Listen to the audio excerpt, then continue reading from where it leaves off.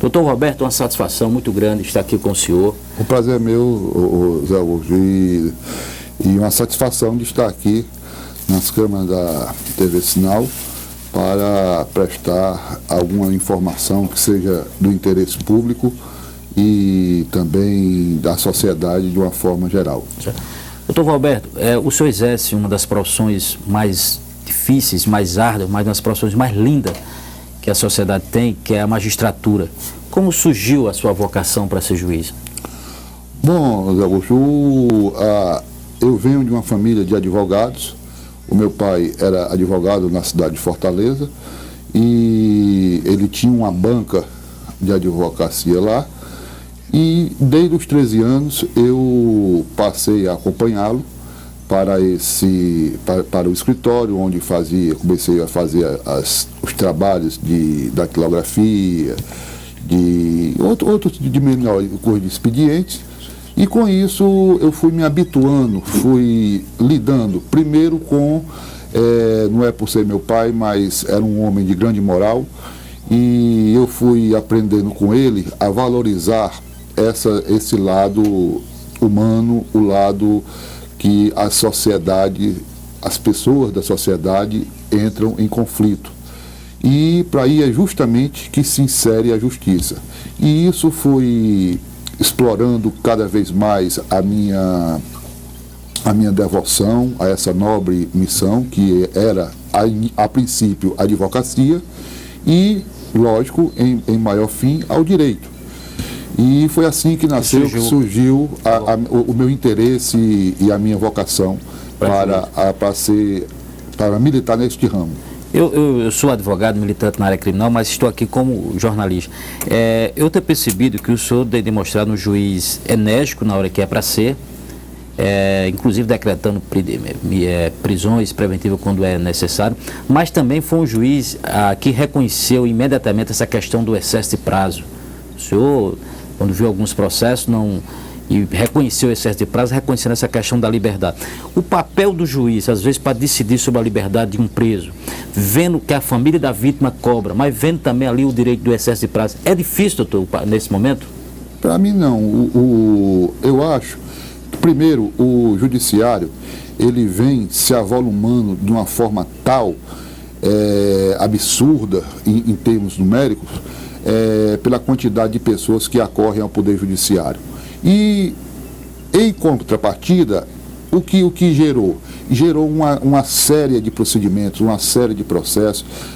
Se hoje ainda vivêssemos na época da máquina de escrever, nossa missão seria totalmente inviabilizada. Verdade. Graças à ciência, nós temos aí os computadores, o Tribunal de Justiça vem sempre procurando melhorar toda a parte de informática e, para e passo a isso, nós vamos vendo os processos fluírem com o maior prazo, com o menor prazo. Mas é certo que muitos resquícios do passado ainda coexistem. Hoje eu julguei, por exemplo, um processo que estava comigo há menos de 3 meses, um réu preso. Também ontem eu julguei um que estava já dormindo por conta de uma atividade maior jurisdicional há 2 anos de prazo.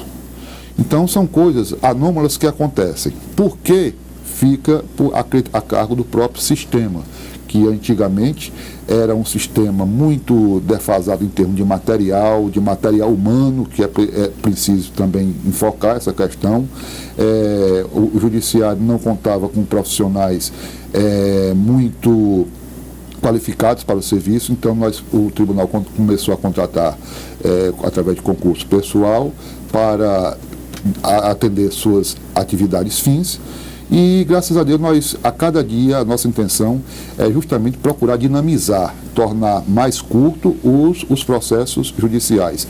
Na minha secretaria, como já existia na primeira, agora nós adotamos também a questão das audiências hoje são todas informatizadas, são todas entrevistas gravadas através de filmes, são filmadas as audiências, e com isso diminui tanto o tempo de cada ato, de cada oitiva de uma pessoa, de uma testemunha, de uma parte, como também o próprio curso do processo.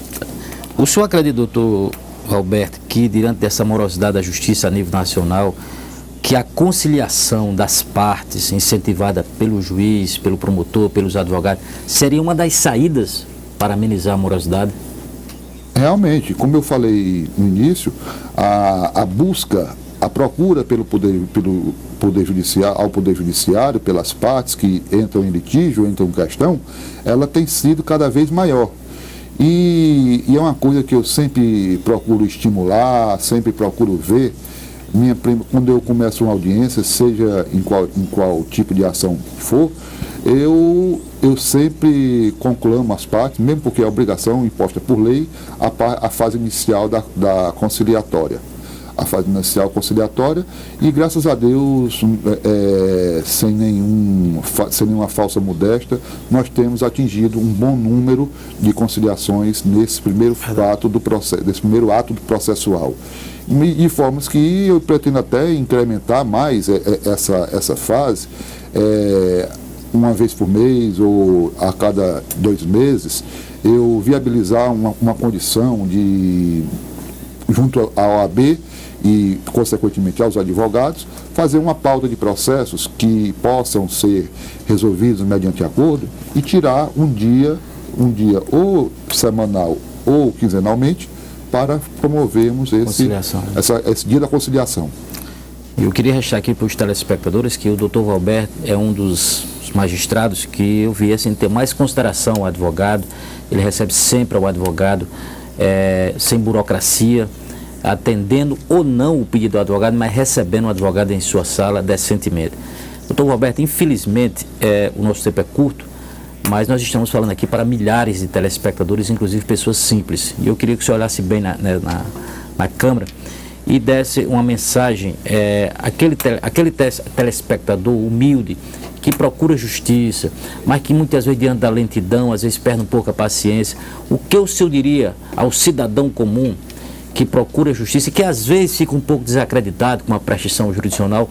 Qual é a mensagem que o senhor daria aqui a todos os cidadãos no sentido de acreditarem na justiça? Eu vou procurar me escorar para transmitir essa mensagem a toda a população do Aracati, lá nas Escrituras Sagradas. Quando impedidas de chegar ao Cristo vivo na época, algumas crianças, Cristo disse: deixai vir a mim os pequeninos. Transplantando para o caso em questão, realmente os pequeninos são os menos favorecidos. São aquelas pessoas, são os descamisados, são os sem-tetos, são os que não têm condição de acesso à justiça, e essas pessoas têm toda a minha atenção e devoção, porque eu vejo que são pessoas trabalhadoras, são pessoas honestas, e realmente a gente tem que procurar assisti-las. E aqui, quando eu me formei, quando eu passei no vestibular para o curso de Direito, o meu pai, que na época mantinha uma crônica na Rádio Irapuru, ele me dedicou esse dia e me fez uma crônica. E uma coisa que eu nunca me esqueço, meu filho, quando você for atendido, for procurado por uma pessoa humilde, não deixe de atendê-la. Venha a receber pelos seus honorários ou não. Porque quando uma pessoa chega à presença de um profissional dizendo: doutor, atenda-me pelo amor de Deus e pelo amor à justiça, eu sou obrigado a atendê-la. A questão de atendimento aos advogados, eu fui advogado, sempre gostei de ser bem tratado, e assim, como magistrado, eu também não poderia agora dar outras cartas. As cartas com que eu joguei quando eu era advogado, eu jogo como quando juiz. Para mim, todos os advogados, promotores, colegas, juízes, defensores públicos, na verdade estamos dentro de um mesmo barco. o barco da justiça, que ele não pode voltar. A tendência de todo e qualquer barco é ir para a frente. Tanto que ele tem o casco, a proa em forma de V, em forma de flecha, porque a tendência dele é ir para a frente. E a justiça não pode ser diferente. E temos que procurar, justamente, na busca dos pequenos problemas, dos mais humildes, fatalmente nós conseguiremos também fazer com que essas decisões, esse amparo, as pessoas menos favorecidas venham a trazer alguma complicação, algum problema com as pessoas mais abastadas. Daí exemplos do tráfico, roubos, enfim, de toda a criminalidade de uma forma geral.